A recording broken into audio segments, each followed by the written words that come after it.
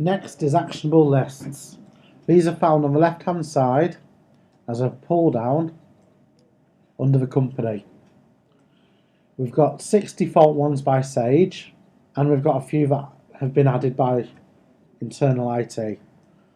The ones added by us will keep changing and may disappear and reappear in a different format depending how well we get on with the actionable lists. So what I'll start off with is the sales order one, which is created by us. Double click on sales orders and this will load the list. It always takes a while the first time while it caches the data, but as you can see, we have it split into separate sections. We've got filter buttons at the top, we've got actions, and we've got list detail. As you can see, the different filters at the top are predefined, and it displays how many records there are for each list. In sales orders, we have quotes and pro formas, your forward orders, credit stopped orders, back orders, those that require a picking list, dispatch note generated, dispatch not invoiced, orders requiring a commercial invoice, and orders on hold suspended. The actions bar allow you to do things with the list, whether it be an action that takes you outside of Sage or a relationship that allows you to drill around the record you're currently selected, and you can export into Excel or any other spreadsheet application. There is a case where not all the available fields or columns are visible when you first run the list. If we click on export and columns, all the columns available are in the list, and you can click whether you want to see the hidden ones or not.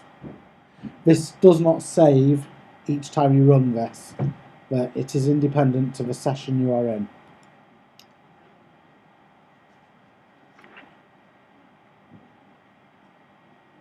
So we'll start with looking at some of the data.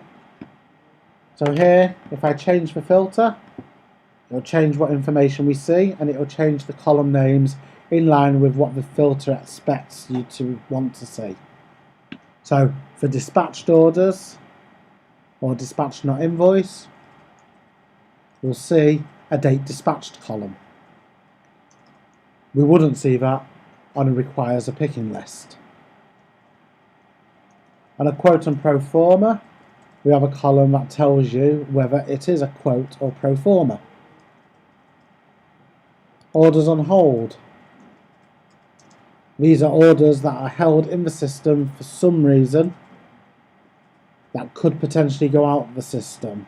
You might want to change this to be order status above awaiting dispatch. So these orders here, where it says not required, won't actually go out the system because they're currently on hold.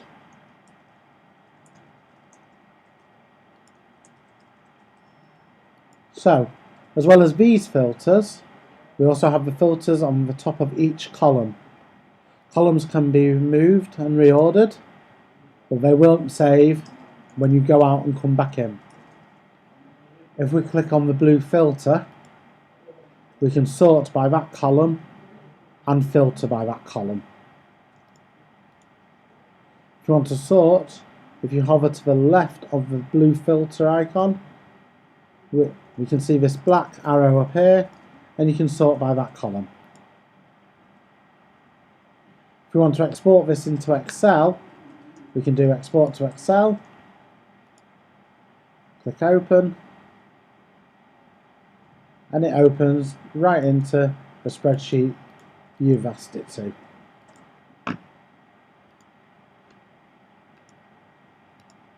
Okay, so with the actions, if I click on credit stopped orders and we choose an action, you can see we can view the sales order, we amend it, or we can view the customer.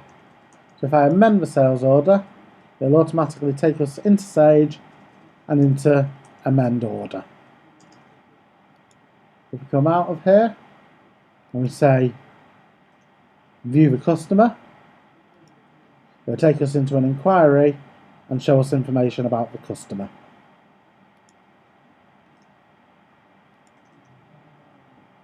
If we click on picking notes and click one of these, we can see the actions have changed and now we have picking list.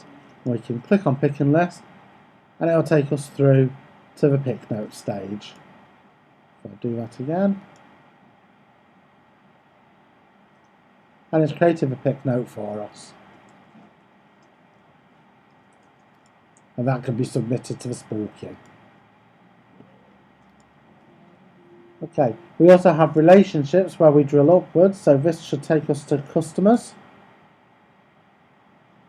But it doesn't appear to show us anything. However, if I close this and go into customers, I choose a customer and choose relationships and choose sales orders, this will then show all outstanding sales orders for that customer. And we could turn the filter off or extend the filter to show all the statuses that customer currently has outstanding.